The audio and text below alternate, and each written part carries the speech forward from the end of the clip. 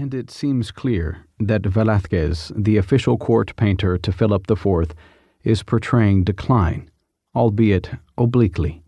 He had earlier painted his king in a similar equestrian pose to Titian's image of his great-grandfather, but in his greatest work, the monarchs are off stage. They are seen through a glass, darkly. They may, or may not, be standing exactly where we, the viewers, are.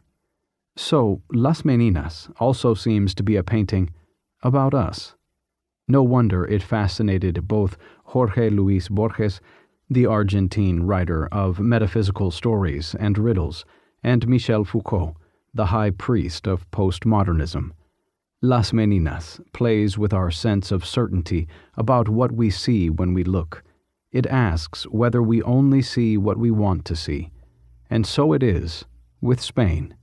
Like Velázquez's painting, the country itself has been extensively studied and dissected.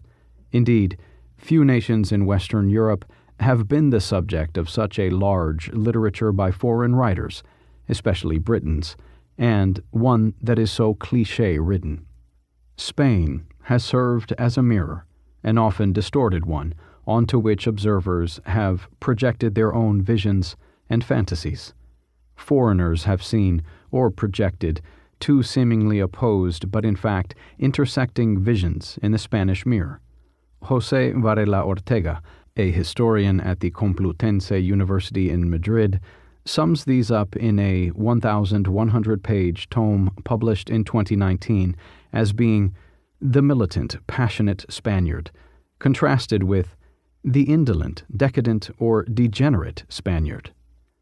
The first view is commonly known in Spain as the Black Legend, the propaganda that newly Protestant Northern Europe deployed against the Spain of Charles V and his son, Philip II, who between them led the Catholic Counter-Reformation against what they saw as heresy.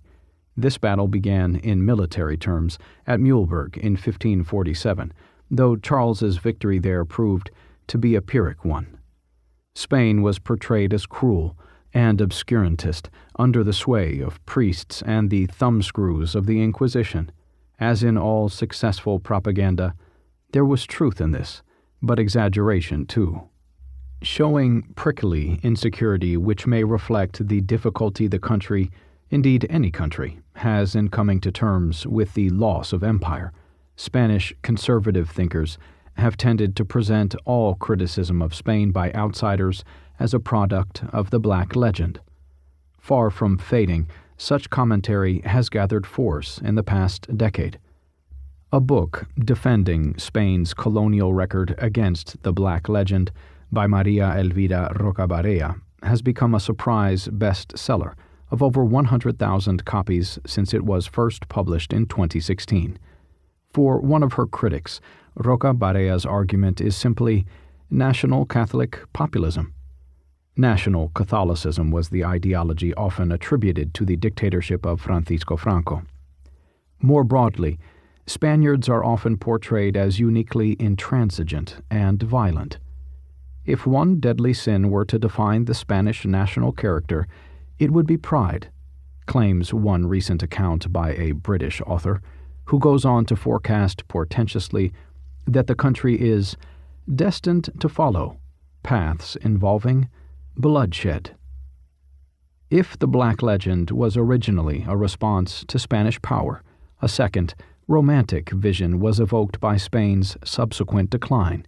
From the 18th century onwards, foreign observers began to view Spain as backward, a vision summed up in the sneering remark attributed to Alexander Dumas that Africa begins at the Pyrenees.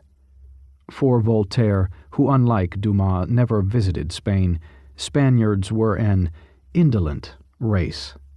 In the 19th century, other foreign travelers and writers began to rejoice in this supposed backwardness. They portrayed Spain as exotic as well as decadent. Their approach was Orientalist, in Edward Said's term. Spain thus became the land of the Carmen, of Mérimée novel and Bizet's opera, of lascivious women, gypsies, bandits,